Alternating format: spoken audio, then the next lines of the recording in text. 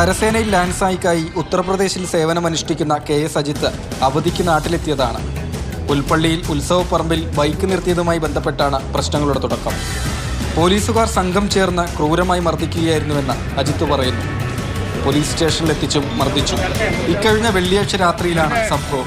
കാലിന് ഗുരുതരമായി പരിക്കേറ്റ അജിത്തിനെ ശനിയാഴ്ച കോഴിക്കോട് മെഡിക്കൽ കോളേജ് ആശുപത്രിയിൽ പ്രവേശിപ്പിച്ചു.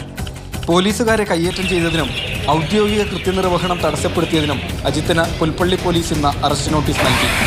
ഇതോടെ വെസ്റ്റ് ഹിൽ ബാരക്കിൽ നിന്നുള്ള സൈനികരും വിമുക്ത ഭടന്മാരും മെഡിക്കൽ കോളേജ് ആശുപത്രിയിലേക്ക് എത്തി. അജിത്തിനെ കണ്ണൂരിലെ സൈനിക ആശുപത്രിയിലേക്കാണ് മാറ്റിയത്.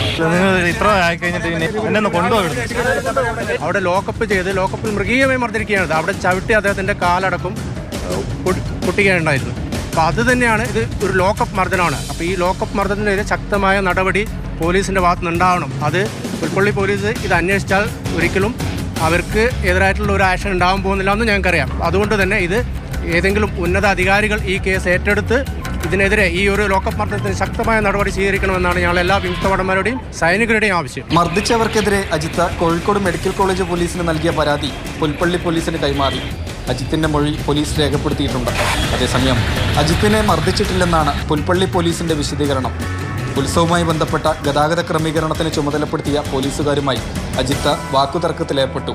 ഇതിനിടെ അജിത്ത് കയ്യിലുണ്ടായിരുന്ന ഹെൽമറ്റ് ഉപയോഗിച്ച് പോലീസുകാരനെ ആക്രമിച്ചു. തുടർന്ന് നാട്ടുകാരിടപെട്ട് അജിത്തിനെ സ്ഥലത്ത് പിടിച്ചു വെച്ചു. ഇതിനിടെയുണ്ടായ ഉന്തിലും തള്ളിലുമാകാം കാലിന് പരിക്കേറ്റത്. സ്റ്റേഷനിൽ വെച്ചും സൈനികനെ മർദ്ദിച്ചിട്ടില്ലെന്നാണ് പുൽപ്പള്ളി പോലീസിന്റെ വിശദീകരണം. മാതൃഭൂമി ന്യൂസ്, കോഴിക്കോട്.